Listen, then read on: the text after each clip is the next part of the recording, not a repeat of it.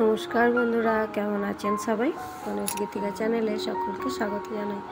এই যে আজকে সকালবেলা ভাবলাম পুঁই শাক রান্না করব, তো সকালের ভিডিওটা আপনাদের সাথে শেয়ার করতে পারিনি, কারণ বাচ্চাদের জন্য খুবই তাড়াতাড়ি করে ওদের জন্য রান্না করে দিতে হয়। তো রুটি আর বেগুন ভাজা করে দিলাম আজকে।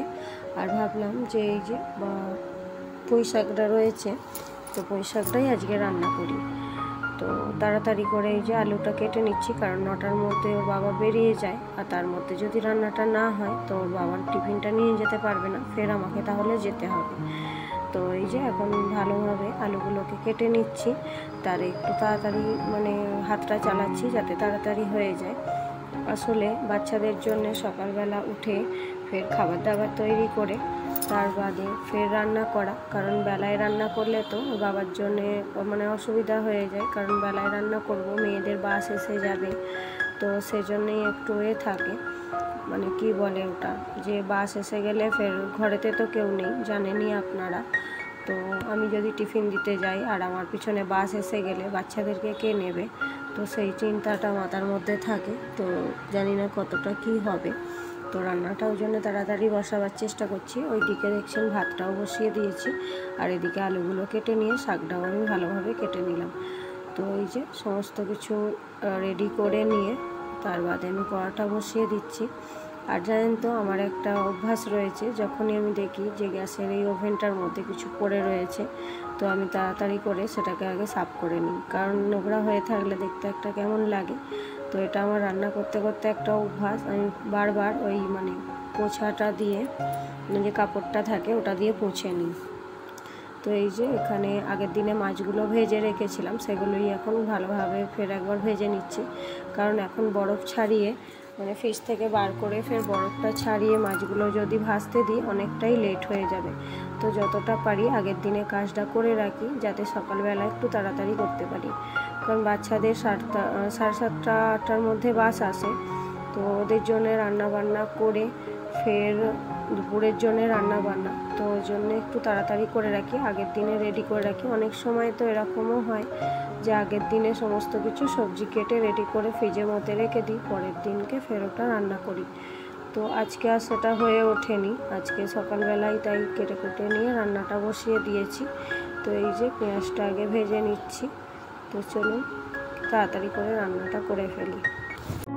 আর এখন জানেন তো, এখানের বাজারে না সমস্ত কিছুটাই পাওয়া যায়, কারণ যেমন ধরুন ওই পুঁই শাক বলুন, কলমি শাক বলুন, এগুলো দেখছি আসছে, আর পটলটাও ভালোই পাওয়া যাচ্ছে, কারণ আমি এসেছি এখানে 14 বছর হয়ে গেল। তো এই গত 2-3 বছর ধরে দেখছি এই সমস্ত সবজিগুলো পাওয়া যাচ্ছে। আসলে দেশে গিয়ে এই সমস্ত সবজিগুলো যখন দেখি তখন খুব ভালো লাগে, আর পটল ভাজা তো সবাইয়েরই পছন্দের একটা খাবার। তো এখানে যখন পাওয়া গেল তখন খুবই ভালো লাগে। আর যখনই জানেন এখানে কোনো রকম দেশের সবজি আসে, তো তখন প্রত্যেকটা বাঙালিকে ফোন করে যে এসে গেছে, তাড়াতাড়ি নিয়ে আসো। কারণ আপনারা জানেনই সোনুর বাবা দোকানে থাকে, তো সে সমস্ত সময় বাজারে যেতে পারে না। তো অনেক সময় এরকম হয় কি, যে ওনারা যদি বাজার করেন তো ফোন করে বলে দেন যে কখন এসেছে আর কতটা আর আছে। তো সেই জন্য আর কি একটু তাড়াতাড়ি গিয়ে নিয়ে আসা হয়। তো যাই হোক, এখানে কথা বলতে বলতে আমি মশলাটা একসাথেই করে নিয়েছি। মশলা বলতে ওই যে আদা, রসুন আর টমেটো একসাথে দিয়ে ভালোভাবে নেড়ে ছেড়ে নিচ্ছি, যতক্ষণ আদা রসুনের গন্ধটা না ছেড়ে যায়। তো এই যে ঢাকনা দিয়ে দিয়ে ভালো মতো কষিয়ে নিচ্ছি। আর ওদিকে হলুদটাও শেষ হয়ে গেছিলো, তো ওটাকেও ঢেলে নিলাম ডিপেতে। তো এই যে ঢাকা খুলে একবার করে নাড়িয়ে চাড়িয়ে নিচ্ছি, যাতে ভালোভাবে মিশে যায়। তো ওখানে শাকটাকেও ধুয়ে রেখে দিয়েছি। এবার চলুন প্রত্যেকটা মশলা দিয়ে দিই। রেগুলার যে রান্না করা মশলাগুলো ওগুলোই দেবো। আর সেরকম মতন তো পুঁই শাকেতে কিছু লাগে না, আর দেশে যখন পুঁই শাক রান্না হয় খেতে ভালোই লাগে। তবে পুঁই শাক অতটা আমার পছন্দের জিনিস না, আমাকে ভালো লাগে লাউ শাকটা। তো লাউ শাক পোস্ত বলুন, লাউ শাকের ঝাল বলুন, আমাদের বাড়িতে যেরকম ধরনের রান্না হয় সেরকমই বলছি আর কি।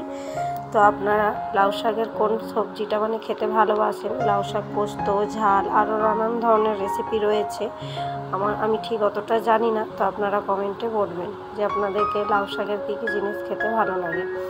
তো যাই হোক, এখানে শাকটা দিয়ে এই যে ভালোভাবে নাড়িয়ে চাড়িয়ে নিয়েছিলাম। তো ঢাকা দিয়ে দিয়ে খুব ভালো মতো করে কষিয়ে নেব। তাড়াতাড়ি করে করছি, নাহলে তো ওর বাবারা দোকান যাবার টাইম হয়ে যাবে। তো ওই জন্য একটু ঝটপট করে নিচ্ছিলাম যাতে একটু তাড়াতাড়ি হয়। তো এইদিকে ভালোভাবে কষিয়ে নিলাম, নিয়ে এই যে ফের আমি গ্যাসটাকে ভালোভাবে মুছে নিচ্ছি। জানেন তো, এটা আমার একটা হ্যাবিট হয়ে গেছে, যখনই আমি রান্না করতে আসি তখনই আমি গ্যাসের ওভেনটা আবার নিচের জায়গাটা এরকমভাবেই রান্না করতে করতে বারবার মুছি। তাই জলই পড়ে থাকুক, যাই থাকুক না কেন, আমি এরকম বারবার করে মুছতে থাকি।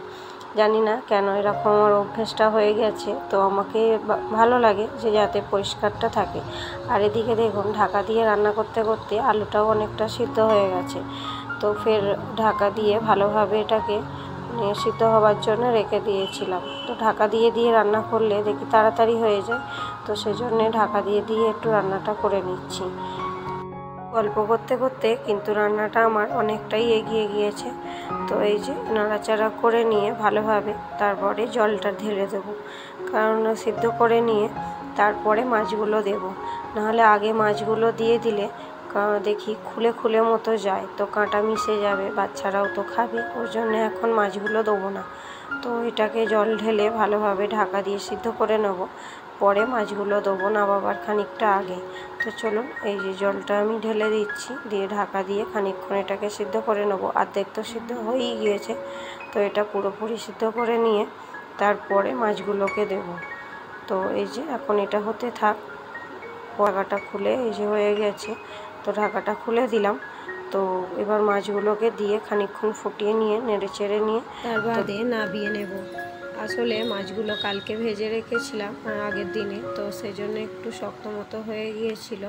তো কিছু করার নেই, আসলে তাড়াতাড়ি করতে গেলে একটু এরকমভাবে আমি রান্নাটা করি, কারণ যাতে তাড়াতাড়ি হয়। আর জানেন তো, দুপুরবেলা ওর বাবা খেতে আসতে পারে না, তো সেই জন্যে পরের দোকানে কাজ করলে যা হয় আর কি, তো বাড়ি থেকে টিফিনটা নিয়ে যেতে হয়, দুপুরবেলা খায়। তো সকালবেলা আর দুপুরবেলার সমস্ত কিছু টিফিন আমি প্যাক করেই দিয়ে দিই। তো এই যে রান্না করতে করতেই ওর বাবার টাইম হয়ে গিয়েছিলো, তো ওর বাবা চলে গেল।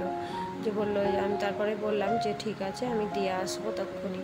তো এই যে রান্নাটা আমার হয়েই এসেছিলো, আর 10-15 মিনিট দাঁড়ালেই হয়ে যেত পুরো কমপ্লিট। তো আর কত তাড়াতাড়ি করব সেটাই ভেবে পাই না।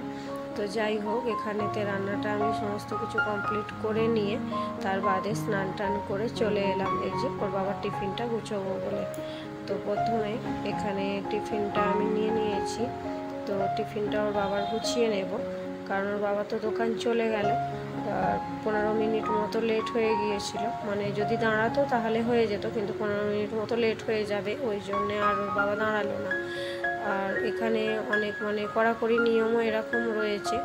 তো যাই হোক, আমাকেই দিয়ে আসতে হবে। তো আমি তাড়াতাড়ি করে স্নান টান করে কাজটা সেরে স্নান টান করে এই যে এখন ওর বাবার জন্য টিফিনটা প্যাক করে নিচ্ছি। তো আমি গিয়ে একবার ঝটপট করে গিয়ে দিয়ে আসবো। তো তারই মধ্যে দেখবো যে বাস কখন আসছে। তো বাস এসে গেলে তো মেয়েদেরকে ধরার জন্য কেউ থাকবে না, তো ওই জন্যই একটু তাড়াতাড়ি করে নিচ্ছি, যাতে তাড়াতাড়ি করে গিয়ে দিয়ে আসতে পারি। তো বেশি দূরে না দোকানটা, তো 10 মিনিট মতো লাগে। তো তারই মধ্যে গিয়ে একবার ঝট করে দিয়ে চলে আসি। চলুন, এই যে টিফিনটা ভালোভাবে গুছিয়ে প্যাক করে নিয়েছি, তো ব্যাগেতে ভরে নিই। চলুন এবার যাই। এই যে আমি বেরিয়ে পড়েছি। তো চলুন, আমি ওর বাবাকে টিফিনটা দিয়ে আসি। আপনাদেরকে কাকে কাকে পুঁই শাকের সবজি ভালো লাগে, মানে পুঁই শাকের তরকারি আর কি, তো অবশ্যই কমেন্টে জানাবেন। আর ভিডিওটা আজকে এখানেই শেষ করছি। সকলে ভালো থাকবেন, সুস্থ থাকবেন। দেখা হচ্ছে পরের একটি ভিডিওতে।